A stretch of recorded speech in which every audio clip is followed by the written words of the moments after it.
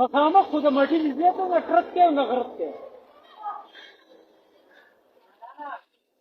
په دې ځای کې اوس بل مورچوړه بیا لګیا دی. موبایل په دې ځای نه اوس بیا دا مورچقه لګیا دی.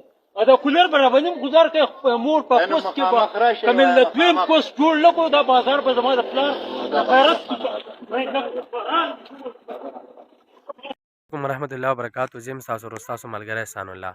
ملګرو تاسو خو په پیله دغه ویډیو کتلی چې یاره بخت رحمان په یو سړک باندې ولاړ دی او هغه په یو نوم باندې قاریږي، نو ډیر ملګري ورته هغه نوم چې دی بار بار اخلي او بار بار چې دی هغه قاروي، بار بار چې دی هغه ټارچر کوي.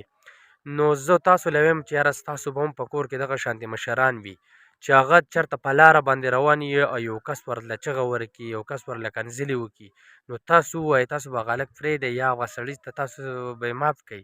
چرې هم نه. خو دغه شانتې زه تاسو له ویم چې ګوره د هغه عزت کوئ، چې ګوره په لاره پردی مشر روان وي که نه، نو هغه له چې تاسو څومره عزت وکئ، هغو ته تاسو څومره په درناوي سلام وکئ، نو به ستا صفتونه کوي. خو زه تاسو له ویم زموږ د ویډیو دا مقصد نه دی موږ چا پورې تنقید وکړو، موږ برای اصلاح ویډیو کوو. زه تاسو له صرف دغه وایم چې ګورئ هغه یو مینټل دی یا لیونی دی یا روغ دی یا هر څه چې دی، خو یو مشر دی که نه، په مخ یې سپینه ږیره ده، نو تاسو د هغه عزت کوئ، په هغه پسې چې دی نو هغه سره څه ښېګړه نه شئ کولی که نه، نو هغه ته کنځلې یا هغه ته یو غلط نوم اخیستل دا مه کوئ.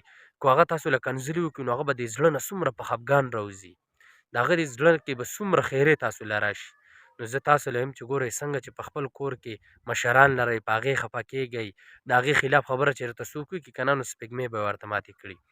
نو دغه شانتې د بل د مشر خیال چې دی نو هم ساتئ. نو ملګرو دغه ویډیو موږ نن په بخت رحمان وکړه چې یاره ډېر ملګري چې دي دغه بخت رحمان تنګوي، څوک ورته یو اواز کوي څوک بل کوي، نو هغه یو مشر دی، هغه ته د پلار غونته کې ګورئ. نو ملګرو دغه ماته ګوره ویډیو ده هغه ملګرو ته یې ورسوئ چې کوم ملګري چې دي دغه شانتې په لاره کې لیونی وګوري یا دغه شانتې پوډري ویني یا دغه شانتې نور مشران ویني او په لاره ورته غلط اوازونه کوي، دا ویډیو سپیشل د هغوی دپاره ده. که زموږ ویډیو مو خوښ شوي خپلو ملګرو سره یې لازمي لایک کوئ او شیر کوئ. خپل خوږ ورور احسان الله ورکړي اجازت. السلام علیکم ورحمت الله وبرکاتو.